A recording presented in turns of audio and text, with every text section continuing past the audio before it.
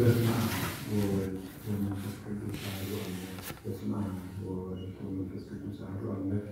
በስመ አብ ወወልድ ወመንፈስ ቅዱስ አሐዱ አምላክ። በባሕርዩ ሞት በመንግሥቱ ሽረት የሌለበት የአባቶቻችን አምላክ መድኃኒዓለም ኢየሱስ ክርስቶስ በልብ አስበን በአንደበት ተናግረን ስለማንዘልቀው ምሕረቱ ቸርነቱ ስሙ ለዘላለም የተመሰገነ ይሁን። የሰበሰበችን የድነታችን መሰረት እናታችን ቅድስት ድንግል ማርያም ወላዲተ አምላክ ክብር ምስጋና ይግባል። የእግዚአብሔር ቤተሰቦች አንድ አምላክ በሚሆን በአብ በወልድ በመንፈስ ቅዱስ እንዴት ዋላችሁ? ቸሩ አምላካችን እግዚአብሔር ክብር ምስጋና ይግባል። ልቦናችን ከፍቶ እንዲያስተምረን ቅዱስ ፈቃዱ ይሁን። እንደ እግዚአብሔር ቅዱስ ፈቃድ የምንማማርበት የትምህርታችን ርዕስ እምነትና ትዕግስት የሚለውን ርዕስ ይዘን እንማማራለን። የሐዋርያው ቅዱስ ጳውሎስ መልእክት ምዕራፍ ወደ ዕብራውያን ሰዎች ምዕራፍ 6 ቁጥር 12 ላይ የምናገኘው ኃይለ ቃል ነው።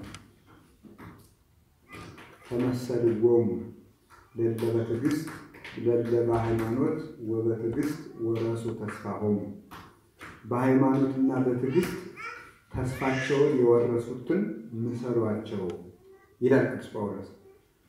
በሃይማኖትና በትዕግስት ተስፋቸውን የወረሱትን ምሰሏቸው። ደግሜ የምናገረው ለሶስተኛ ጊዜ በሃይማኖትና በትዕግስት ተስፋቸውን የወረሱትን ምሰሏቸው። ስለዚህ የወረሱ ሰዎች አሉ፣ ተስፋቸውን ያገኙ ሰዎች። ተስፋቸውን ለመውረስ የተጠቀሙባቸው ሁለት ብቸኛ መንገዶች እምነታቸውና ትዕግስታቸው ነው ይለናል ቅዱስ ጳውሎስ። እነዚህን አጠር አድርገን እናያለን። ይህ መጽሐፍ የተጻፈላቸው ለእስራኤል ነው።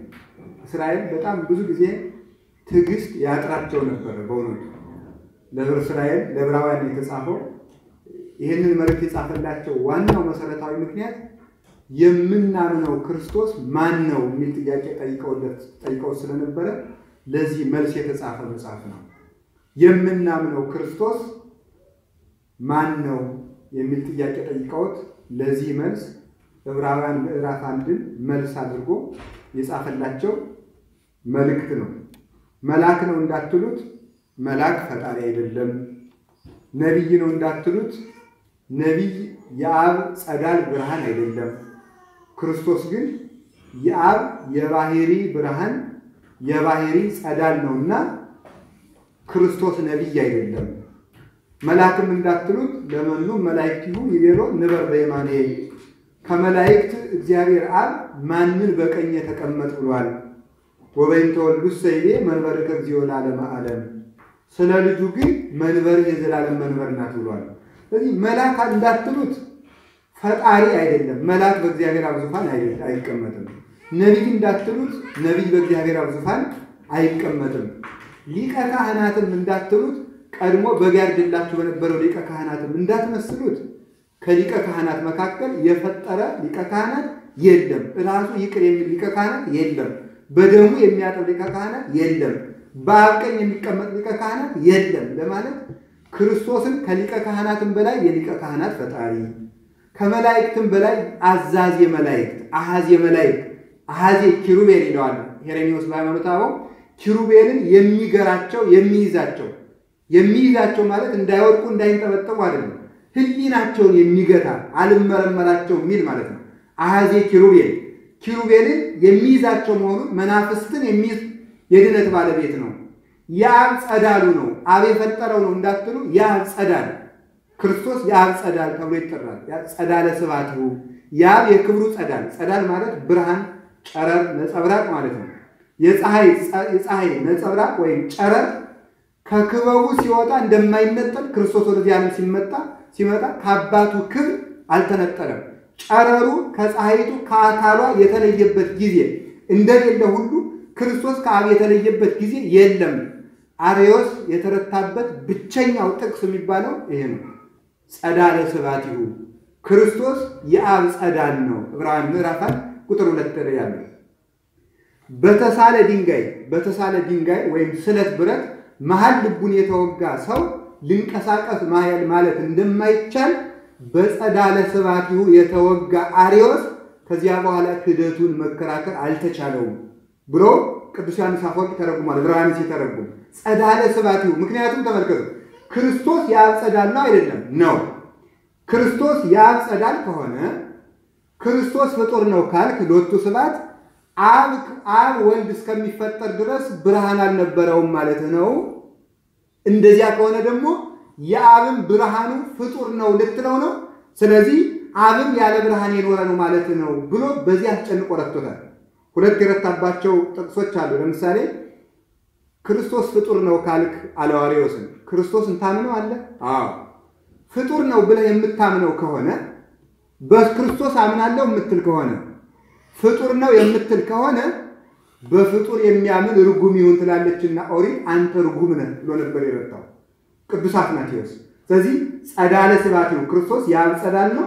ሊቀ ካህናትን የፈጠረ ሊቀ ካህናትን የፈጠረ ሊቀ ካህናት ለሊቀ ካህናት ዋጋ የሚከፍል ሊቀ ካህናት በውስተ ርዕሰ ሊቃነ ካህናት ይላል ኤሬሚያስ። ሊቀ ካህናት በውስተ ርዕሰ ሊቃነ ካህናት በሊቀ ካህናት ዘንድ ሊቀ ካህናት ማለት ሰያሜ ሊቀ ካህናት የሆነ ሊቀ ካህናትን አብይ ብሎ ይናገራል። ዕብራውያን ምዕራፍ 5 ላይ ሲጠራ ሊቀ ካህናትን አብይ ክርስቶስ አብይ ሊቀ ካህናት ይባላል። አብይ ሊቀ ካህናት ማለት አብይ እግዚአብሔር ወአብይ ኃይሉ ወአልቦ ሁልቁ ለጥበቢሁ እግዚአብሔር ታላቅ ነው፣ ኃይሉም ታላቅ ነው፣ ለጥበቡ ቁጥር ስፍር የለውም ይላል ቅዱስ ዳዊት። እግዚአብሔር ታላቅ ነው፣ አብ እግዚአብሔር ኃይሉም ታላቅ ነው፣ ወልድ ክርስቶስ የእግዚአብሔር ኃይል ነው ብሎ ቅዱስ ጳውሎስ ቆሮንቶስ ምዕራፍ 1 ቁጥር 20 ላይ እንደገለጠው ኃይሉም ታላቅ ነው፣ ወልድ ለጥበቡም ስፍር የለውም መንፈስ ቅዱስ። ስለዚህ ክርስቶስ ታላቁ ሊቀ ካህናታችን መባሉ ምንድነው? ታላቅ የሚባል እግዚአብሔር ነውና ክርስቶስ እግዚአብሔር የሆነ ሊቀ ካህናት ነው ማለት ነው። እግዚአብሔር የሆነ ሊቀ ካህናት በእግዚአብሔርነቱ ዋጋ የሚከፍል በሊቀ ካህናትነቱ ዋጋ መስዋዕት የሚያቀርብ ሊቀ ካህናት ነው ብሎ እርግጡን የነገረበት መልእክት ነው የዕብራውያን መልእክት። ድንዙዛን ነበሩ እስራኤል በእውነቱ ድንዙዛን የደነዘዙ ደንዛዞች ነው። ኢትኩኑ ድንዙዛን ይላቸዋል እዚያው መልእክቱ ላይ። ደንዛዞች ቀዝቃዞች አትሁኑ፣ ተስፋ ቢሶች አትሁኑ። ከወሪቱ ሊቀ ካህናት ውጡ ካልከን ማን ሊቀ ካህናት ይሆነናል ትሉኝ እንደሆነ የሊቀ ካህናት ፈጣሪ ክርስቶስ ራሱ ሊቀ ካህናት ነው መጥቷል። በጉን ካስታልከን በማን ደም እንድናለን ትሉኝ እንደሆነ በራሱ ደም ያጠበ እውነተኛው ሊቀ ካህናት ወክርስቶስ ሰከውነ ሊቀ ካህናት ለእንተ ትመጽእ ሰናይ በውስተ ትሄይሶተ አቢ ደብተራ እንተ ይገብራ እደሰብ። ክርስቶስ ግን የሰዎች ባልሰራት ደብተራ የራሱን ደም ይዞ ገባ ምሕረት ሰው አርሶ ራሱን አንድ ጊዜ ሰዋ። የበጉ ደም ለምጻችሁን የሚያነጻችሁ ከሆነ የክርስቶስ ደም እንዴት ህሊናችሁን አያነጻችሁ? በማን ደም እንነጻለን ትሉ እንደሆነ በክርስቶስ ደም ትነጻላችሁ ብሎ የጻፈው መልእክት ነው። እነዚህ እስራኤል ትዕግስተ ቢስ ነበሩ። እስራኤል በጣም ትዕግስተ ቢስ ናቸው እና ትዕግስት እንዲኖራቸው የተጻፈ መልእክት ነው። ትዕግስት ላጠረው ሰው የተጻፈ መጽሐፍ። ብዙ ሰው ሃይማኖትን ያምናል፣ በሃይማኖቱ ግን የማይጠቀምበት ትልቁ ምክንያት ምንድነው? ለሃይማኖቱ ትዕግስት የለውም። ትዕግስት በማጣት በጣም ብዙ ሰው ተጎድቷል በእውነቱ። አንድ ሁለት ሶስት ልጠቁማችሁና ወደ ነገራችን እንምጣ። በእምነትና በትዕግስት ተስፋቸውን የወረሱትን ምሰሏቸው።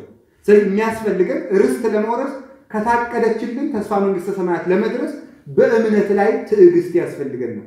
ትዕግስት የሌለው እምነት የትም አያደርስም።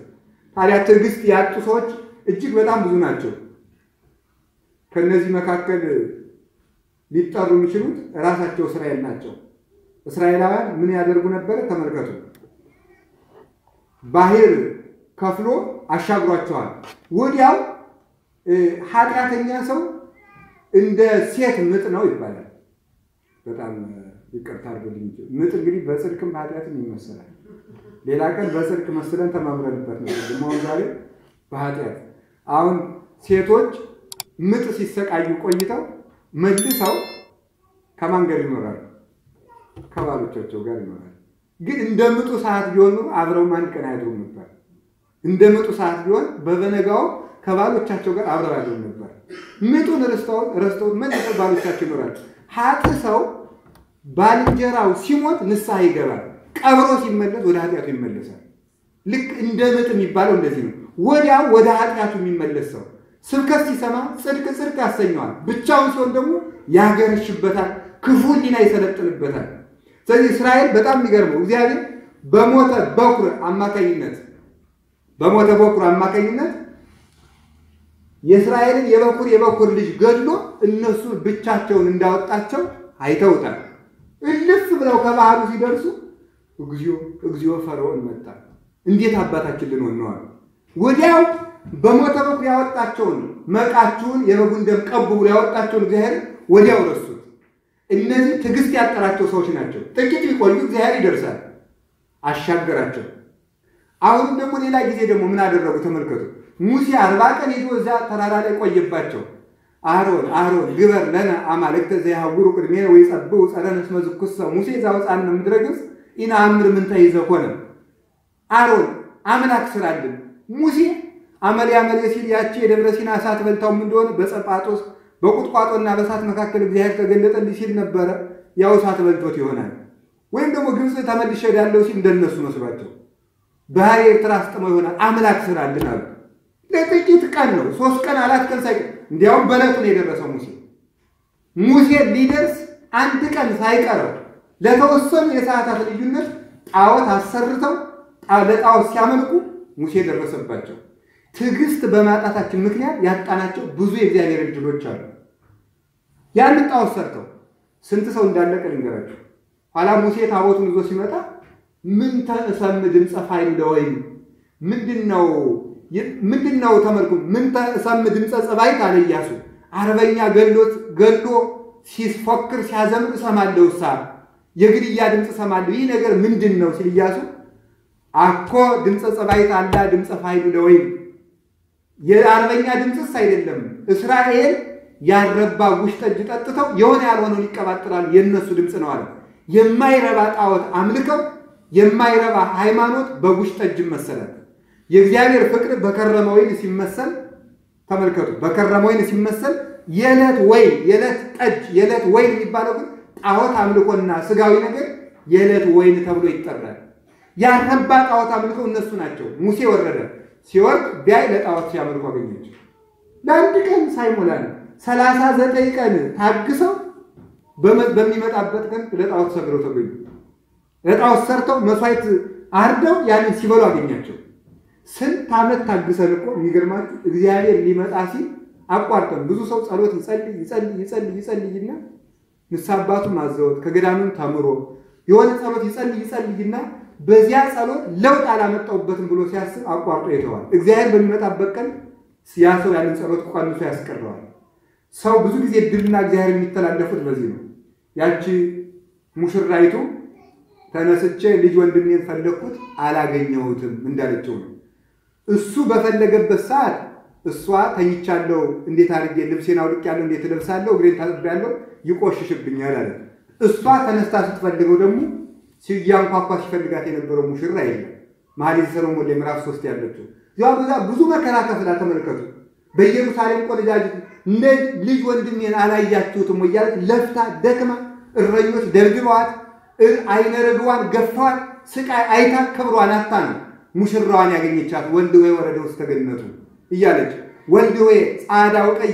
አማልኩከና ዋለደ ኢየሩሳሌም እናንተ ኢየሩሳሌም ቆልጃጅት ልጅ ወንድሜን አላያችሁትም ልጅ ወንድሜን ማለት ክርስቶስን አላያችሁትም ምን ትውቱ ወልድ ወይ ሰናይ ተማንስ አንቺ ሙሽሪት ወንድምሽ እንዴት ያለ ነው እንደናሳይሽ ወልድ ወይ ጻዳው ቀይ ወንድሜማ ቀይና ነጭ ነው አለቻቸው እዚያው ላይ ነገሯት ንስቲተ ሐለፈ የሚሆን ረከብኩ ወዛ አፍቀረት ነፍሴ ከነሱ ጥቂት ልፍ ሲል ነፍሴ የወደደችውን አገኘው ትላለች ወልድ ወይ ጻዳው ቀይ ማለት ወንድሜ ክርስቶስ ከኔ ጋር በስጋ የተዛመደኝ ክርስቶስ ጻዳ በመለኮቱ ወቀይ በተስቤቱ ነው ማለት ነው ወንድሜ ነጭና ቀይ ነው ማለት ይሄ ነው ስለዚህ ብዙ ለፍታ መከራ አጋንንት አሰቃይተዋት አዋልደ ኢየሩሳሌም ከተባሉት ከመጻሕፍት ተምራ ከአባቶች ትርጓሜ ተቀብላ በቃል ኪዳን ብዛት ክርስቶስን መልሳ አገኘችው ይላል አንድ ቀን ያጡትን ነገር ለማግኘት ብዙ ቀን ይፈጃል በኋላ ሙሴ ያው ጣዖቱን በታቦት ሰበረ፣ ታቦቱን ተሰበረ፣ ጣዖቱን ተሰበረ። ያን አድቅቆ እዚያ በኋላ እግዚአብሔር ተመልከቱ እኔ ለዙ ምረት እንድሰጥ ከፈለግ የጣዖት ፍቅር ያደረባቸውን ቅጣቸዋለሁ። 3000 ሰው ሙሴ ባንድ ቀን በሰይፍ ፈጅቷል። 3000 ሰው በምን ምልክት የጣዖቱን አስፈጭቶ አስደቅቆ ቢያጠጣቸው የጣዖት ፍቅር ያደረባቸው ሰዎች ወርቅ ምስል እየሆነ ከፊታቸው ላይ ወጣባቸው። በሉ እንግዲህ አባት ለልጁ ልጅ ለአባቱ ለእናቱ አይራራ ሁሉንም ቀሰፋል። ሁሉም በሰይፍ ታረዱ። በአንድ ደቂቃ ትግስታቸው 3 ሰው አስፈጁ። ቢቆዩ ኑሮ ሙሴ ከእግዚአብሔር የተቀበላትን ታቦተ ጽዮንን ባህር ከፍላ የምታሻገር ጠላት የምታሻልፍ መመኪያ የሆነች መርታርስ የምታገባ ነገር ይዞላቸው ይቀር ነበር ይመጣ ነበር። በትግስታቸው ብዛት ሙሴ ቀረ እግዚአብሔር ቀረ መስሏቸው ጣዖት አምልከው ይሄ ችግር ደርሶባቸዋል። ደግሞ ሌላ ጊዜም ሄዱና ደግሞ ምድረ ርስት ሰልላችሁ ነው ደግሞ አላቸው። ምድረ ርስት ሰልላችሁ ነው አላቸውና ሰልለው መጡና እንዴት ያለት ናት እግዚአብሔር የሚሰጠን ምድር? አይ ምድሪቱ መልካም ነበረች፣ ግን በዚህ ሀገር ያሉ ሰዎች ቁመታቸው ረጃጅም ነው፣ እኛ በእነሱ ዘንድ እንዳንበጣና እንዳይጥነን ብለው ተናገሩ። ታው እግዚአብሔር ያስችለናል እንግባ ቢላቸው አይ ይሄ ሙሴ ድሮም ቢሆን ላይሆንለት ነው እዚህ በረሃ መጥቶ ሊፈጅና ያመጣል፣ ሌላ ለቃንሹምና ግብጻችን እንመለሳለን ደግሞ። ወዲያ በኋላ ኢያሱ እግዚአብሔር ያስችለናልና እንውጣ አላቸው። ኢያሱና ካሌብ በእግዚአብሔር እናሸንፋለንና እንውጣ አላቸው። አሁንም ረሱት። መልሰው ደግሞ ተመልከቱ ምን አሉ? እንደገና ተጸጸቱና እንድና አሁን እንግጠም ተባባሉ። ደግሞ ሙሴ እንዲህ አላቸው እግዚአብሔር ከእናንተ ጋር አይደለምና አትውጡ አላቸው። የማሸነፊያ ጊዜያችሁ አይደለም፣ አሁን እግዚአብሔር ተቆጥቷልና አሁን አትውጡ፣ ቆዩ፣ እግዚአብሔርን አመልክተን ረድኤት ሲያስታጥቀን እንወጣለን አላቸው። አሁን ነው የምንገጥም ብለው ደግሞ ተሸንፈው ተመለሱ። ትዕግስት ያጠረው ሰው ቆይ ሲባል ያልቆየ ሰው ምን ጊዜም እየተሸነፈ ይመጣል። የቸኮለ ሰው እንደጠፋ እንጂ እንደለማ አይኖርም። የሁሉ ችግር በእስራኤል ላይ ደርሶባቸዋል። ከአዲስ ኪዳን ላምጣላችሁና ጥቂት ነገር አይቼ ትምህርታችን ወደ በጎዎቹ ባለ ትዕግስቶችን መልሳቸው ማለት ነው። በአዲስ ኪዳን በዘመነ ሰማዕታት 40 ዓመት ቤተክርስቲያንን ያቃጠለው ትልቁ ክፉ ንጉስ ማን ነው? ዲዮቅልጥያኖስ ነው። መጻሕፍትን የተኮሳቸው ክርስቲያኖችን እንዳከርማ የሰነጠቃቸው እንደ ሽንኩርት የላጣቸው ዲዮቅልጥያኖስ ነው። ዲዮቅልጥያኖስ መጀመሪያ ምንድን ነበር ታውቃላችሁ? እምነቱ ምንድን ነበር? ኦርቶዶክስ ተዋህዶ ነው።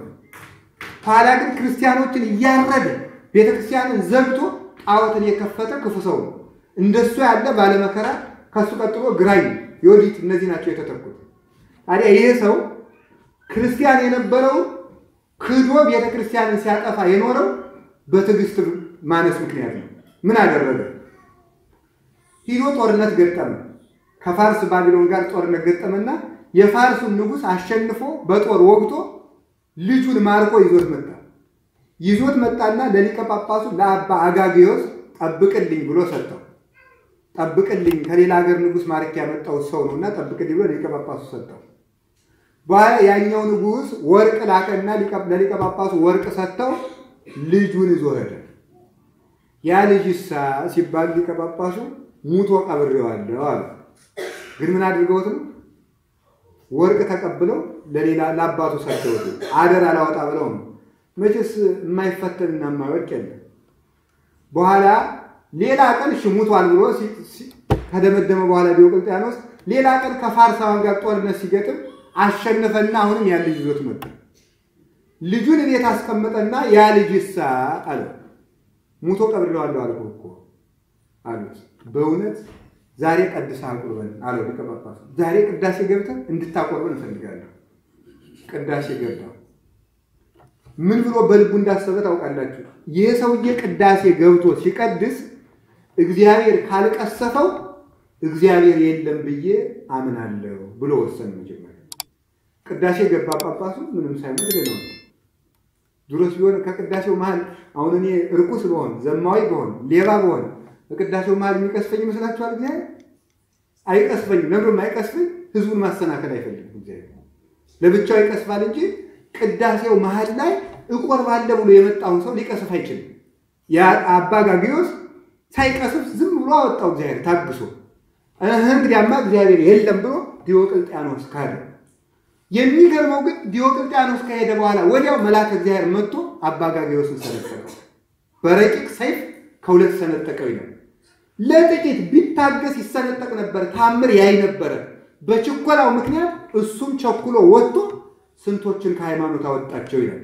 የትዕግስት ጥረት የሁሉ ዳመጣ። በኋላ ቅዱስ ጊዮርጊስን ሲያሰቃይ 40 ዓመት መከራ ቆስጠንጢኖስ እስኪመጣ ድረስ የመከራውን ዘመን ያራዘመው ዲዮቅልጥያኖስ ነበር። ትዕግስት አጥቶ እንዲህ ያለ መከራ አደረሰ። በዘመነ ሰማዕታት ደግሞ አንድ በትዕግስት ምክንያት አክሊሉን ያጣ አንድ ሰው ጨምርላችሁ 40 ሐራ ሰማይ የሚባሉ ቅዱሳን አባቶቻችን አሉ። 40 ሐራ ሰማይ የሚባሉ 40 ናቸው። ሐራ ሰማይ ማለት ከቤተ መንግስት ሃይማኖትን ከካድክ እንግዲህ የክርስቲያኖች ኑሮ እንዳንበጣ ነው ብዬ ካሁን በፊት አንድ ቀን ስነግራችሁ ትዝ ይለኛል። እንዳንበጣ ነው። አንበጣ ራዕየ ዮሐንስ ምዕራፍ 9 ላይ እንደ ጊንጥና እንዳንበጣ መንጋ ሆነው ሲወጡ አየዋቸው ይላል። እንደ ጊንጥና እንዳንበጣ መንጋ። ጊንጥ የተባሉ እነማን ይመስላችኋል? ጊንጥ የተባሉ ጊንጥ ታውቃላችሁ? በራካቤ ነው ለሰው ሊያውቅ ይችላል። ጊንጥ የምትበላለች በጣም የምትገርም እንስሳ ነው። ምን ስትበላ በምን መልኩ ነው የምትበላው? በሁለት መልኩ ነው የምትናደፈው፣ በአፏና በጅራቷ ነው። የሰይጣን ምሳሌ ናት፣ የቅዱሳን ምሳሌ ናት። የሰይጣን ምሳሌ ስትሆን በአፏም በጅራቷም እንደምትነድፍ ሁሉ ጊንጥ ሰይጣን በሁለት ዓለም ነው የሚጎዳው። በዚህ ዓለምም ሰላም ቢስ የሆነ ኑሮ ያስኖራቸዋል ኃጥአንን፣ በወዲያኛው ዓለምም ገሃነም ያወርዳቸዋል። ጻድቃንም በጊንጥ ይመሰላሉ። በዚህ ዓለም ህብስት አበርክተው፣ ዲዳ አናግረው፣ ሽባ ተርትረው፣ ድዊ ፈውሰው፣ እውር አብርተው፣ ሙት አንስተው፣ ትምህርት አስተምረው፣ ክርስቶስን አስተዋውቀው፣ አጥምቀው፣ አቁርበው፣ ጎባጣ አቅንተው ይጠቅማሉ። አይምሮ የደቀቀውን በህሊና በትምህርት ያቀኑታል። ስጋው የደቀቀውን በታምራት ያቀኑታል። በወዲያኛው ዓለም ደግሞ መንግስተ ሰማያት ያወርሳሉ። በጊንጥ የተመሰሉበት ለኃጥአንና ለመናፍቃን ደግሞ እነሱም እንደ ጊንጡ ነው ይጎዳሉ። በዚህ ዓለምም በልጆን ይነጹታል፣ ማዕትን ያፈሳሉ። ተንስ እግዚኦ ይላሉ። ተመልከቱ። ፍትሐ ሊተ እግዚኦ ተበቀል በቀሌ፣ አቤቱ ተነሳ አምላኬ ሆይ ፍርድን ፍረድ፣ በኃጥአን ላይ ማዕት አውርድባቸው። ከአውማተከ ላይ ለአሕዛብ ወለለ ኢያእምሩ ስመከ፣ ስምህን በማያውቁ አሕዛብ ላይ ማዕትህን አፍስባቸው ብሎ ይጸልያሉ። ማዕት ያፈሳሉ። በወዲያኛው ዓለም ደግሞ ከመንግስተ ሰማያት አውግዘው ለይተው ገሃነም ያወርዳሉ። በዚህ ዓለምም ይጎዳሉ፣ በወዲያኛውም ዓለም ይጎዳሉ። ቅዱሳንም እንደዚህ ናቸው። አንበጣ የተባሉ ደግሞ እንዲሁ ክርስቲያኖች ናቸው። አንበጣ አውራ የለውም፣ ንብ ግን አውራ አለው። አንበጣ አውራ እንደሌለው ክርስቲያኖችም አልብነ ንጉሥ ዘእንበለ እግዚእነ ኢየሱስ ክርስቶስ እያሉ መስዋዕት ይሆናሉ። ለምድራዊ ንጉሳችን ክርስቶስ ነው እያሉ ለምድራዊ ንጉሥ ሳያሸረግዱ እውነትን ተናግረው ያልፋሉ። ስለዚህ ሐራ ሰማይ የሚባሉት ለዚህ ነው። እኛ የክርስቶስ ወታደሮች፣ ሃይማኖት ካለ ያንተ ወታደሮች እንሆናለን። ለምን? አንተም የክርስቶስ አገልጋይ ነህ፣ በአንተ ክርስቶስ ስለምናገለግል።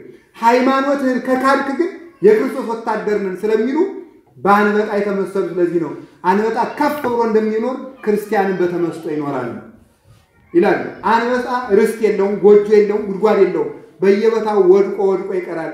ለክርስቲያንም አገር የለውም፣ ሀገሬ በሰማይ ነው እያለ በየሄደበት በየዋሻው በየፍርኩታው ክርስቶስን እየፈለገ እየሞተ ይሄዳል። ስለዚህ ምናል ቅዱስ ጳውሎስ ብሎ የለ በዚህ ከተማ የለንምና መስቀሉን ተሸክመን ከከተማ እንውጣ አይደል ያለ ቅዱስ ጳውሎስ። እኛ በዚህ ከተማ የለንም፣ ክርስቶስን ፈልግ ፍለጋ ከከተማው እንወጣለን። በአንበጣ የተመሰሉት እነዚህ ናቸው ማለት ነው። በመንጋ እንዲሄዱ ክርስቲያኖችም በማህበር ነዋሪዎች ናቸው። እና እነዚህ ሐራ ሰማይ ንጉሱን ክደው አንቀበልም፣ ሃይማኖትን ለካደ ንጉስ አንገዛም ባሉ ሰዓት መከራ ሲያደርስባቸው 40 ቀን ከበረዶ ውስጥ ወርውሮ ጣላቸው። 40 ቀን ውስጥ በረዶ ውስጥ እንዲሰነብቱ። በ39ኛው በ40ኛው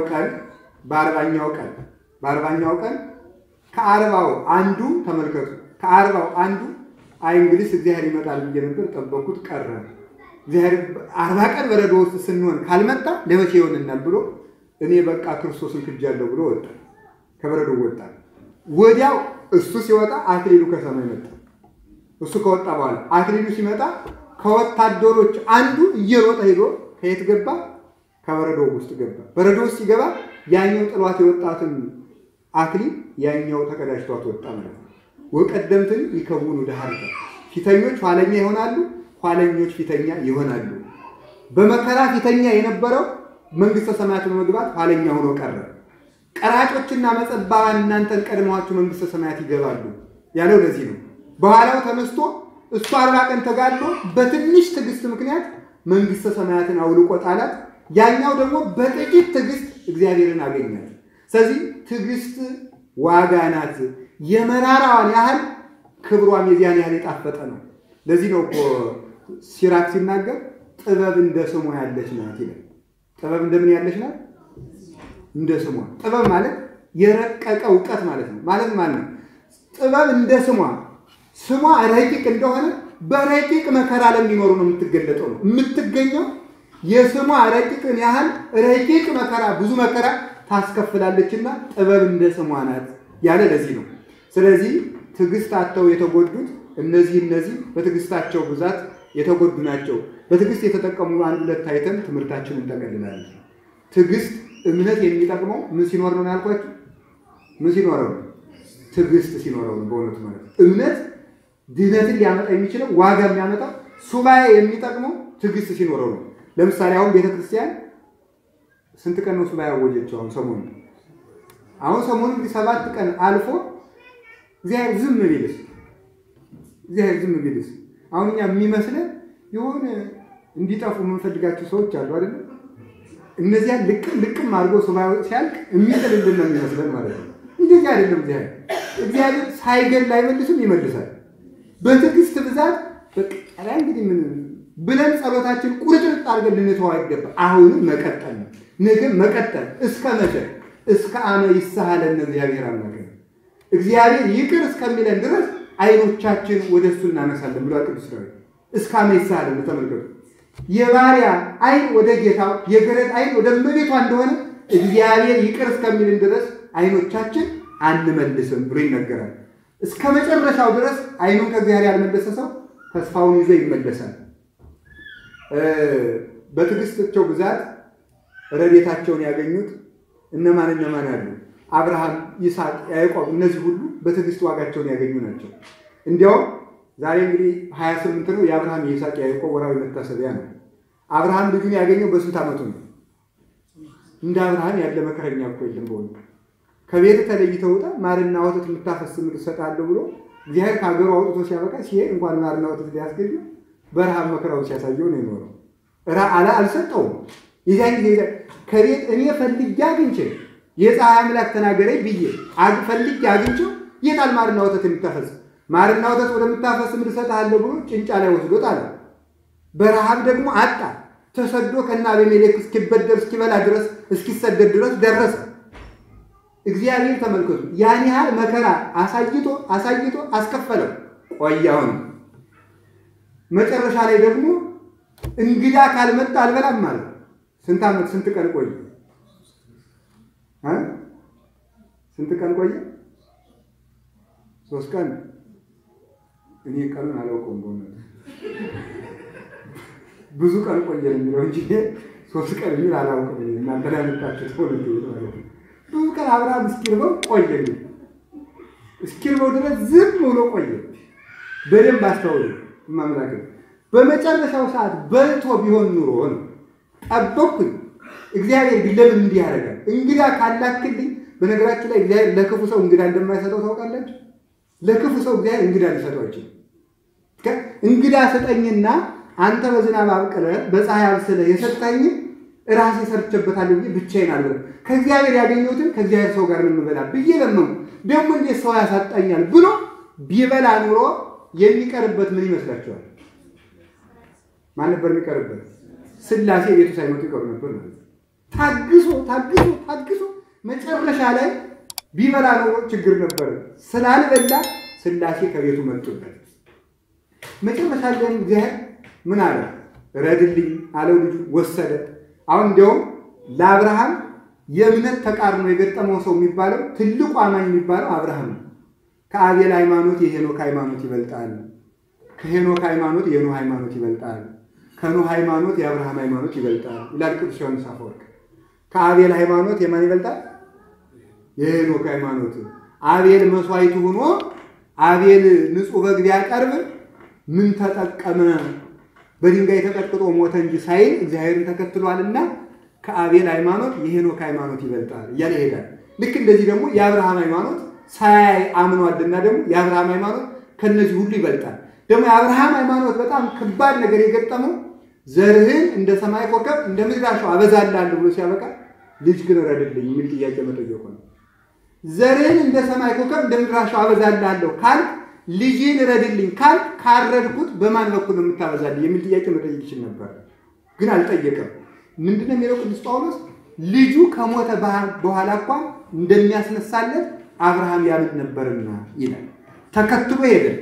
እሊያ እዞት ወጣ። ከተራራው ሲወጣ እግዚአብሔር ዝም፣ ጉልቻውን ሲያዘጋጅ እግዚአብሔር ዝም፣ እንጨቱ ሲቆለቁል እግዚአብሔር ዝም፣ ልጁን እጁንና እግሩን ሲያስረው እግዚአብሔር ዝም፣ በጀርባው ሲያስተኛው እግዚአብሔር ዝም፣ ሰይፉን ከአንገቱ ላይ ሲጥልለት ግን እግዚአብሔር ተናገረ። እግዚአብሔር መጨረሻ ላይ ነው የሚመጣው፣ ምን ጊዜም ማለት ነው። እስከ መጨረሻው ግን ዝም ይላል። ሰይፉን አንገቱ ላይ ጥሎ ሊስበው ሲል አብርሃም ተው፣ ባንተ ልጅ ደም ዓለም አይድንም፣ ሰገባውን አንሳ ብሎ ነጩ በግ የመጣው ዝም ነው። ስንት ዝምታዎችን እንዳለፈ ተመልከቱ። ከቤቱ ሲያወጣው አስሮ ሲያወጣው ልጁ ራሱ በጉ ወዴት አለ ብሎ ሲጠይቅ እንኳን ዝም ነበር ያለ እግዚአብሔር። እስከ እርጅናው ድረስ እግዚአብሔርን የመከተል ዋጋው ዝም ብሎ በእርጅና የሰጠውን አንድ ልጁን ዝም ብሎ መጨረሻ ላይ ግን በነጭ በግ አድኖለታል። ስለዚህ በትዕግስታቸው ተስፋቸውን የወረሱትን ምሰሉ የተባሉ እነ አብርሃም እነ ይስሐቅ ናቸው። ይስሐቅ ስንት ጊዜ ጉድጓድ እንደቆፈረ ታውቃላችሁ አይደል? ሲቆፍር ሲዘጋበት፣ ሲቆፍር ሲደፍኑበት፣ ሲቆፍር ሲደፍኑበት፣ እነዚህ ይላል ቅዱስ ጎርጎርዮስ ዘኑሲስ። ይስሐቅ ሲቆፍር ጠላት ሲደፍንበት፣ ይስሐቅ ውሃ ሲቆፍር ጠላት ሲደፍንበት፣ ይስሐቅ ውሃ ሲቆፍር ጠላት ሲደፍንበት፣ እነዚህ ክርስቶስ የሕይወት ውሃ ክርስቶስን እየፈለጉ የሚፈልጉ ነፍሳት አጋንንት መንገድ ላይ እንቅፋት የሚሆኑባቸው ሰዎች ናቸው ይላል። ታግሰው መቆፈራቸውን ካቀጠሉ ክርስቶስን ያገኛሉ። ተስፋ ቆርጠው ከሄዱ ግን ክርስቶስ እንደተደፈናባቸው ሳይጠጡት ይቀራሉ ይላል። ብዙ ሰው ክርስቲያን ለመሆን ይሞክራል፣ ጸሎቱንም ይሞክረዋል፣ ሰይጣን ያንቀላፈዋል። አንድ ወር ዝም ብሎ ያስቀጥለዋል፣ በወሩ ያሽመደምደዋል። ሰፋ አድርጎ ጸሎቱን ያስጀምረዋል፣ ያስቋርጠዋል። ቁርባኑን ያስጀምረዋል፣ ያስቋርጠዋል። ንስሐ ሊገባ ወስኖ ሲጨርስ ከንስሐ አባቱ ሐሳቡን እንዳይተፋው አንደበቱን እስር ያደርገዋል። የሕይወት ውሃ ክርስቶስን እየፈለጉ ሰይጣን የሚደፍንባቸው ሰዎች በዚህ ይመሰላል ብሎ ቅዱስ ጎርጎርዮስ ዘኑሲስ ተረጉሟል። ከትዕግስት በኋላ ግን እግዚአብሔር ውሃውን አፍልቆለት ያለ ጠላት ያለ ተቃውሞ ጠጣ። ከዚያ ውሃውን ምን አለ? ውሃውን ማን ያለው? ረሆቦት ነው ያለው። እግዚአብሔር ምን አለልን ማለት ነው? አሰፋልን ማለት ነው። እግዚአብሔር አሰፋልን። ያ መስፋት ግን የሆነው 3-4 እንቅፋቶችን አልፎ ነው። እነዚህ የትዕግስታቸው ዋጋ ነው። በጣም ደግሞ የሚያስደንቀው ትዕግስት ደግሞ የያዕቆብ ትዕግስት ነው ይላል። በእውነቱ ይላል ቅዱስ ዮሐንስ አፈወርቅ፣ በእውነቱ እምነ ጠሉ ለሰማይ ወእምነ ስፋህ ለምድር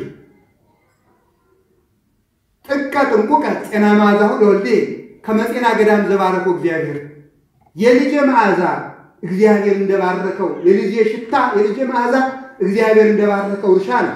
ከሰማይ ጠል ከምድር ስፋት ረድኤት ይሁንልህ ብሎ እግዚአብሔር ያዕቆብን በይስሐቅ አድሮ መርቆታል። ያንን ከሰማይ የሰፋ አንተ ጥያቄ ልጠይቃችሁ፣ ከሰማይ የሰፋ ሀገር ትገኛል አይገኝም? ከሰማይ የሰፋ ሀገር አለ? እንግዲህ እግዚአብሔር ምነጠሉ ለሰማይ ወምነ ስፋህ ለምድር፣ ከሰማይ ጠል የሚበልጥ ከምድር ስፋት የሚበልጥ ረድኤት አግኝ ብሎ ይስሐቅ ያዕቆብን መርቆታል። እሺ ከሰማይ ጠል የሚበልጥ ከሆነ ይሄ ሰው ይሄን ለማግኘት ከሰማይ በላይ ከሰማይ ውጭ መኖር አለበት ማለት ነው። ከምድር ስፋት የበለጠ ነገር ማግኘት ከፈለገ ከምድር ውጭ መሆን አለበት ማለት ነው። ይሄንን ያህል ምረቃ የተቀበለው ያዕቆብ በረከቱን መቼ ተቀበለ ብሎ ይጠይቅ። መቼም አልተቀበለም። እድሜ 120 ናቸው። እነሱም ወሃልቃ በእንባዜ እነዚህም በለቅሶ ያለቁ ናቸዋል። ታዲያ እግዚአብሔር ከምድር ስፋት ከሰማይ ጠል የበለጠ በረከት እሰጥሃለሁ ብሎ ምን ሰጠው ሲልና እንነጠሉ ለሰማይ ማለት ጠለ ሕይወት የሚባል ወልደ እግዚአብሔር ካንተ ይወለዳል ሲለው ነው። ወምነ ስፍሐ ለምድር የተባለው ከሷ እውነተኛይቱ ምድር ሰናይት ከምትባል ከድንግል ማርያም ከኪሩቤልና ከሰማይ ከምድርና ከሰማያት የሰፋ ማህፀን ያለ ከሷ ከተወለደው በክርስቶስ ትድናለህ፣ በሱ በረከት ትድናለህ ሲለው ነው እንጂ ያዕቆብ በረከቱን ሳያገኝ ነው የሞተ ነው የሚለው። ሳያገኝ ነው የሞተ የምርቃን ዋጋ ታዲያ እንግዲህ መቼ ሰጠኸኝ ብሎ እግዚአብሔርን ከማምለክ አልወዘደም። እስከ መጨረሻ ህይወቱ ድረስ እግዚአብሔርን ሲከተል ኖረ። ይህ የምን ዋጋ ነው ሲባል የትዕግስት ዋጋ ነው። የትዕግስት ዋጋ ነው። ከቃሉ ጋር ናችሁ? ከቃሉ ጋር ናችሁ? እግዚአብሔር ከሁላችን ጋር ነው። አንዳንድ ጊዜ እግዚአብሔርን ለምን ሲያቅተን ወደ ትዕግስታችን ሲያቅም እንደምናደርግ ታውቃላችሁ? ወደ ሰው እንመለሳለን። አባታችን ዮሴፍ አንድ ጊዜ ተሸጠ።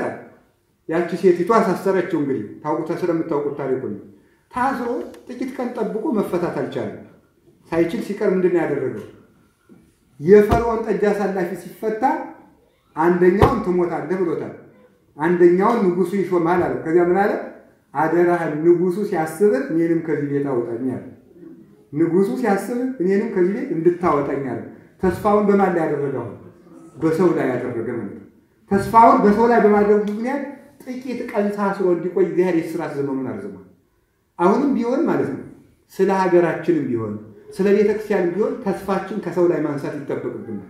አሁን በጣም የሚያሳዝነው በእውነት ማለት ነው የሚያሳዝነው ትውልዱ በዚህ ዘመን ስታዩት አንዱ በፌስቡክ ይመጣልና 5 መስመር ጽፎ እኔ እነንተናን ብሎ ሲሰድብ ጀግናው ወንድማችን ተብሎ ሰው የዚያ ደጋፊ ይሆናል። አንዱ ደግሞ አንዱን መሳደብ ሲጀምር ደግሞ የዚያ ደጋፊ። ተስፋችን ማነሱን የምታዩት ትንንሽ ሰዎች ሁሉ እያራገቡ ህዝቡን መንዳት ሲጀምሩ ታያላችሁ። ትንንሽ ሰዎች ሁሉ ተስፋ ተደርገው አንድ ጊዜ አንዱን ተስፋ ሲደረግ ህዝቡ ራሱ የሚጨብጠው የሚከተለው ጠፍቶታል። ተስፋችን ማስተካከል ይገባል። አሁንስ ተስፋዬ ማን ነው ያለ ለዚህ ያለው ተመልከቱ። ተአገስ ተመልከቱ። ተአገስ ወተሰፈው ለእግዚአብሔር ወአጽን ልበከ አይደለም ተአምን ከምዕራይ ተመልከቱ። ሰናይት ወደ እግዚአብሔር በብሔረ ሕያዋን ያለ ቅዱስ ዳዊት በርታ፣ ልብህን ይጽና፣ እግዚአብሔርን ተስፋ አድርግ። በሕያዋን ሀገር የእግዚአብሔርን በጎነት እንደማይ ተስፋ አለኝ ብሎ መዝሙር 26 ቁጥር 14 ላይ ይናገራል። ወተሰፈው ለእግዚአብሔር ወአጽን ልበከ ልብህን አጽና፣ በርታ፣ ልብህ ይጽና፣ እግዚአብሔርን ተስፋ አድርግ። በሕያዋን ሀገር እግዚአብሔርን እንደማይ ተስፋ አለኝ። በአብርሃም ሃይማኖት የሕያዋን ሀገር የተባለ አብርሃም ይስሐቅ ያዕቆብ ናቸው። ምክንያቱም ተመልከቱ አብርሃም ይስሐቅ ያዕቆብ ከሞቱ በኋላ እንኳን እግዚአብሔር የአብርሃም አምላክ ነው፣ የይስሐቅ አምላክ ነው፣ የያዕቆብ አምላክ ነው ማለቱ ሙተው እንኳን በስማቸው የሚኖሩ ያው እግዚአብሔር ስም ያረፈባቸው እንደሆኑ ለማጠየቅ ነው። ተስፋውን ያስተካከለ ትውልድ መዳን ይችላል። ተስፋ የሌለው ትውልድ ግን ሲጠፋ ይኖራል። ተስፋ የሌለው ሰው ወይ መሞት ወይ መግደል ብቻ ነው። ሰው ተስፋ ሲቆርጥ አይደለም እንደ መርዝ እየጠጣ የሚሞተው። ተስፋ ያለው ሰው መርዝ አይጠጣም። ተስፋ ያለው ሰው የማይበቀል ራሱን የማያጠፋ። ተስፋ የቆረጠ ሰው ጅብ ይላሉ አባቶቻችን። ምን አባቶቻችን ይባላል ደግሞ እኛም አይተን መረዳት እንችላለን። ጅብ ሁሉም ሰው ዙሪያውን ቢከበው ምንም ያደርግ ይመስላችኋል? ጅብ አታውቁም? ጅብ ዙሪያውን ቢከበው ምን ያደርጋል? እኔ ባይኔ አይቼዋለሁ። በጣም የሚገርም ነው ያደረገው አይቼዋለሁ። ብዙ ሰው ከአንድ ቦታ ላይ በጥይት ተመታ ጭንቅላቱንና እያነከሰ ከዚያ ቦታ በግር የ7 ሰዓት መንገድ መጣ አምልጦ ሳይሞት ነው። ከዚያ መጨረሻ ላይ ሰው ከበበው ደክሞ ሲከበው ምን ያደርጋል? የሚያደርገውን ሲገምቱ ዙሪያውን እንዳጥር ሰው ከበበው ምን ያደርጋል? አማራጭ ምንድን ነው? በአንድ በኩል ያለውን ሰው ነክሶ መሄድ ነው። ስለዚህ በአንድ አቅጣጫ የአንድን ሰው እግር ቆርጥሞ ሄደ እየሮጠ ማለት። ሰው ተስፋ ሲቆርጥ ገድሎ ማለት ብቻ ነው የሚመኘው። ተስፋ ሲቆርጥ ተስፋና ትዕግስት ያለው ሰው ግን ቢያልቅም እንኳን አምላኬ አይደለም ያለው ዕንባቆም አምላኬ ቢዘገይም እንኳን አይቀርም ብሎ ተናገረ። ከመጠበቂያ ቦታ ላይ ቁሜ እጠብቀዋለሁ። እንዲያውም እኮ ሲናገር ተመልከቱ ዕንባቆም የተናገረውን ተመልከቱ። ምድርኒ ይትገብር ሲሲታ ምድርም አታፈራም። ለነገሩ ይሄ ነገር ምን ማለት እንደሆነ ተመልከቱ። አባግኒ ታሃዱ እመብ ዋልንትን ይትረከቡ በውስተጎል በሬዎችም ከበረት ቢጠፉ በጎችም ከመብል ቢጠፉ ይላል። ይሄን ሊቃውንት ሲተረጉሙ በጎችም ከበረት ቢጠፉ የተባሉ በጎች ማለት በሬዎች ከበረት ቢጠፉ የተባሉ በሬ የተባሉ መምህራን ናቸው። በሬ የተባሉ መምህራን ናቸው። ለምን ምን ማለት ነው? ይሄ በሬ ፍግ ያልጣለበት መሬት ለፍሬ እንደማይበቃ መምህራን የቃል እግዚአብሔር ፍግ ያልጣሉበት ልቡና ለፍሬ አይበቃም ብለው ይተረጉማሉ። የዚህ ባለቤቱ ሰሎሞንም ተናግሮታል በእውነቱ ማለት ነው። በፍግ ብዛት ፍሬ ይደረጋል ብሎ በመጽሐፍ ምሳሌ ላይ ተናግሯል። ፍግ የተባሉ መምህራን የሚጥሉት ነው።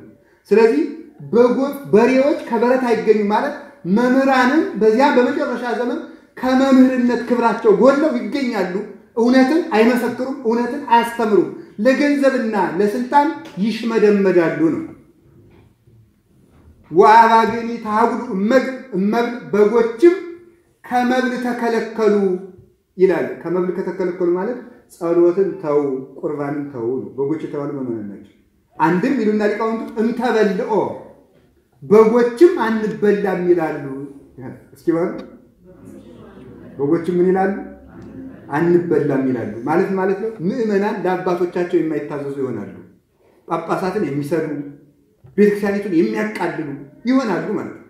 አሁን በዚህ ዘመን እንደዚህ ነው። እግዚአብሔር ይመስገን። አሁን እንዲያውም መከራ ጥሩ ነው። በእውነት መከራ ጥሩ ነው። አባትና ልጅ እያፋቀረ ነው። አሁን ህዝቡ ጳጳሳትን እየወደደ እያከበረ እየመጣ ነው። ሰሞኑን ማለት ነው ሲያለቅሱ እንዲያ ሲሉ ስላያቸው። ድሮም እኮ ቦታ ጨንቋቸው ቀን ጠቦባቸው እንጂ አባቶቻችን እኛን መካድ ፈልገው አይደለም። ስለዚህ ሰው አባትና ልጅ አንድ ከሆነ ምን ቢያጠፉ ተመልከቱ። ይሄ ሁሉ ግን ቢሆን ይሄ ሁሉ ቢጠፋ ግን እኔ በአምላኬ በእግዚአብሔር ደስ ይለኛል ማለት ምን ማለት ነው? መምህራንን ቢክዱ፣ ምዕመናንን ቢክዱ፣ ጳጳሳትን ቢክዱ እኔ በእግዚአብሔር ደስ ይለኛል። እግዚአብሔር መምጣቱ አይቀርምና። ስለዚህ ትዕግስት ያለው ሰው መጨረሻውን ይወርሳል። ከመጨረሻው ላድርሳችሁና ትምህርቴን ሶስት ነጥቦችን አንስቼ ትምህርቴን ልጠቅልለው። ሶስቱም አጭር ናቸው። በሐዲስ ኪዳን ስትመጡ በሉቃስ ወንጌል ምዕራፍ 2 ላይ የተቀመጡ ሁለት ሰዎችን ታገኛላችሁ። አንደኛው ስምዖን ነው። አንዲቱ ደግሞ ነብይቱ ማናት? ሐና ናት። ነብይት ሐና እግዚአብሔር ጥያቄዋን ሳይመልስላት በእግዚአብሔር ስንት ዓመት እንደኖረች ታውቃላችሁ? ሙሉ ታሪኳን አልተርከውም። በድንግልና 7 ዓመት ኖራለች። በድንግልናዋ አግብታ የቆየችበት ዘመን አለ። ብቻዋን ደግሞ ስንት ዓመት ኖረችው? 84 ዓመት ኖራለች። በጣም የሚገርመው ደግሞ ተመልከቱ። ወንዘ ኢትወጽ በውስተ ምኩራብ ተመልከቱ። መዓልተ ወሌሊተ እንዘ ትትቀነይ በጾም በጸሎት ጸሎትና ጾምን እያደረገች ሌሊትና ቀን ከምኩራብ ከመቅደስ ሳትወጣ 84 ዓመት በቤተ መቅደስ ኖረች ይላል። ያንን የምታደርገው ምንድነው? እግዚአብሔር መሲሁን ሳያሳየኝ አልወጣም ብላ 84 ዓመት ጥያቄዋ ሳይመለስ ቆየ። አሁን 84 ዓመት በሙሉ አንድን ጥያቄ እየጠየቃችሁ ትቆያላችሁ? እንደው በሞቴ ንገሩ። 84 ዓመት አንድ ጥያቄ እግዚአብሔር ሳይመልስላችሁ ይዛችሁ ጥያቄውን ወይ ጥያቄውን ልንቀይረው እንችላለን። ተስፋ ቆርጠን ማለት ነው። 84 ዓመት ቆይቶም እግዚአብሔር ይመጣል። ይሄን ያህል ማሰብ ነው። የስምዖን ደግሞ ከዚያ በላይ ነው። ከ200 ዓመት በላይ ቆይቶ እግዚአብሔር መጥቷል። መሲሁን ሳይ እንዳይሞት እግዚአብሔር ተስፋ ሰጠው። ከብዙ ዘመናት በኋላ መጥቶ ታቀፈው ክርስቶስን። የዚህ የተስዕሮ ለገብርከ ዛሬ ባሪያን ታሰናብተዋለህ አለው። አሰናበተው። ስለዚህ ከብዙ ዘመናት በኋላ እግዚአብሔር ይመጣል። እነዚህ ሁለት ሰዎች በትዕግስትና በእምነት የሚታዩ ናቸው። አንደኛ እምነታቸው አለመሸርሸሩ፣ ሁለተኛ ጸሎትና በጎ ስራቸውን እግዚአብሔር ቀረበ ብለው ያላቋረጡ፣ የሚፈልጉትን ነገር አጣው ነጣው ብለው እግዚአብሔር ትቶኛል ብለው በጎ ስራቸውን የማያቋርጡ ሰዎች ያሸንፋሉ። እነዚህ በመጨረሻ ሶስተኛ ያልኳችሁ የአባታችን የአቡነ ተክለ ሃይማኖት እናታችን ቅድስት እግዚአብሔር ያደረገችውን ተናግሬ ትምህርት የለም። ንጉሱ ሞተለሚ ነው። ማርኮ ወሰዳት። የቅዱስ ሚካኤል ዘካሪዎች ናቸው። ማርኮ ወሰዳትና ባሏን ወታደሮች አባረው ባህር ውስጥ ከተቱት። ባህር ውስጥ ከከተቱት በኋላ ምንድን ነው ያደረገው? ሲያባሩት ዝም አለ። እግዚአብሔር ሲያባሩት ዝም አለ። ባህር ውስጥ ገብቶ ሲዋይ ሊሰጥም ሲል ቅዱስ ሚካኤል ይዞ ታቀፈው። እስካሁን ድረስ ለምንድን ነው ያልመጣው? እኔ በወር ያንተን ዝክር እዘክራለሁ። እንዴት እስካሁን ድረስ ትቀራለህ? ባህር ውስጥ አባረው እስከሚከቱ ድረስ አለ። ከውጭ ላይ ያለህማ ባድንህ ኑሮ ተአምራት አይደነቅም ነበር። ባህር ውስጥ ከገባ በኋላ እንዳትሰጥም በመጠበቅ ግን ተአምራት ይደነቃል። መጨረሻ እናታቸው የአባታችን የአቡነ ተክለ ሃይማኖት እናት ተማርካ ሄደች። ንጉሱ መልኳ ደምግባቷ ውብ ስለነበረች እሷን አገባለሁ ብሎ ጎመጀ። በሉ ከመልካም ቤት እንግዲህ አስቀምጧል። መግቧት፣ ጥሩ አድርጓችሁ መግቧት። በእርግጥ ነገስታት አሕዛብ ለጽዩፎች ናቸው። አንዲት ሴት ባገኙ ጊዜ 6 ወር ይመግባሉ። ይቅርታ 1 ዓመት 6 ወር የውጭ ሰውነቷን የሚያጠራ ምግብና ሽቱ፣ 6 ወር የውስጥ ሰውነት ወይም ልቡ የሚያጠራ ምግብ እየመገቡ 1 ዓመት ያቆያሉ። እንደዚያ መግባችሁ እያጠባችሁ እያስጌጣችሁ ሽቱ እያረበረባችሁ አስቀምጡልኝ ብሎ አስቀመጣል። እሷ ግን ቀን ወታደሮቹ አልብሰዋት ሲውሉ ሌሊት እነሱ ሲተኙ ያን ልብስ አውልቃ በረከሰ ልብስ ብለምነው እግዚአብሔር አይሰማኝም ብላ የራሷን ልብስ ለብሳ እግዚአብሔርን ትለምናለች። እውነት ግን ከንጹህ ካህን ከጸጋ ዘአብ እንኳን አንተን የማያስደስትህ ከሆነ ክፉ ዘር ከሆነ እንዳትሰጠኝ ብዬ ሳለ ከጣዖት አምላኪው ልጅ እንደወልድ ትፈልጋለህ? ሐሰለከ አምላኪው ይሄን ታድርግ አይገባም እያለች እዚያው ትለምነው ነበር። ታለቅሳለች። በኋላ ደግሞ ጭራሽ ይብሱን ብሎ ድግስ ተደገሰ ሊያገባት። የሁሉ ነገር አልፎ እስከዚያ ድረስ እግዚአብሔር ዝም። እውነት ቅዱስ ሚካኤል ረዳትነት ወዴት አለ? የቅዱስ ሚካኤል አምላክ አንተ ወዴት ነው ረዳትነት እያለች ሌሊት ተቀን ታለቅሳለች። ሰውየው አባታችን ጸጋ ዘአብ ያጥናል፣ ደግሞ እሱም እዚያው ይለምናል። ድግሱ ተደገሰ። ብዙ ሙክቶች ታረዱ፣ ብዙ በሬዎች ታረዱ፣ ብዙ ፍየሎች ታረዱ፣ ብዙ ጠጅ ተጣለ፣ ብዙ ድግስ ተደገሰ። ወደ ድግሱ ሄደ። እግዚአብሔር እስከዚህ ድረስ ዝም አለ። ከኋላ እሷ በሌላ በኩል እሱ በሌላ በኩል ተጭነው ቀጠሉ።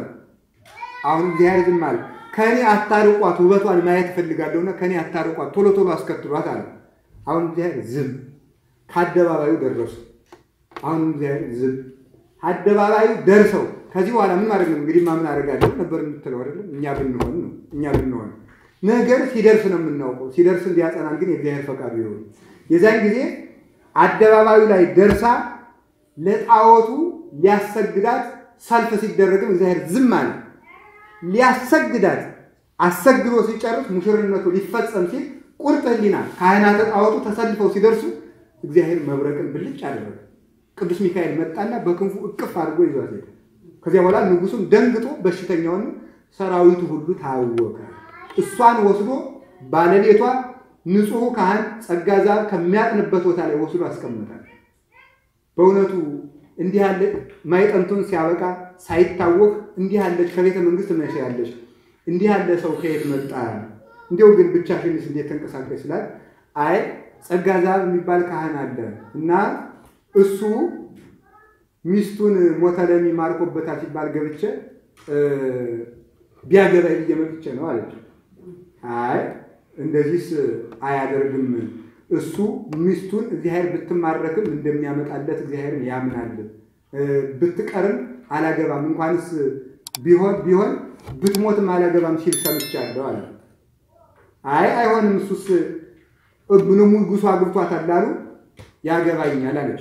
እግዚአብሔር ያስየስል ዝሙት፣ እግዚአብሔር ዝሙትን ያጥፋልሽ አንቺ ሴት አለ።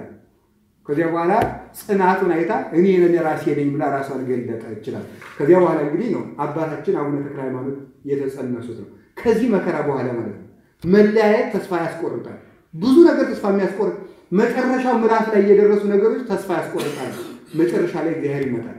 ለነሰለስቱ ደቂቅ ለሌሎችም የተደረገው ይሄ ነው። እግዚአብሔር እሳት ውስጥ ከሚነድ ብቻ ሳይሆን እሳት ውስጥ እስከምንጣልም ዝም ይላል። እሳት ውስጥ ከተጣልን በኋላ ግን እሳቱን እንዳይበላን ይደርሳል። የእግዚአብሔር መምጫው መጨረሻ ላይ ነው። እምነትና ትዕግስት ያስፈልጋል የተባለው በዚህ ነው። ስለዚህ በእምነትና በትዕግስት ተስፋቸውን የወረሱትን ምሰሉ እንደተባለ በእምነታችን ላይ ትዕግስት ጨምረን እግዚአብሔር እኛ ያሰብነውን ሳይሆን እሱ ያሰበውን እንዲሰጠን ፈቃዱ ይሁን። ስብሐት ለእግዚአብሔር ወለወላዲቱ ድንግል ወለመስቀሉ ክቡር።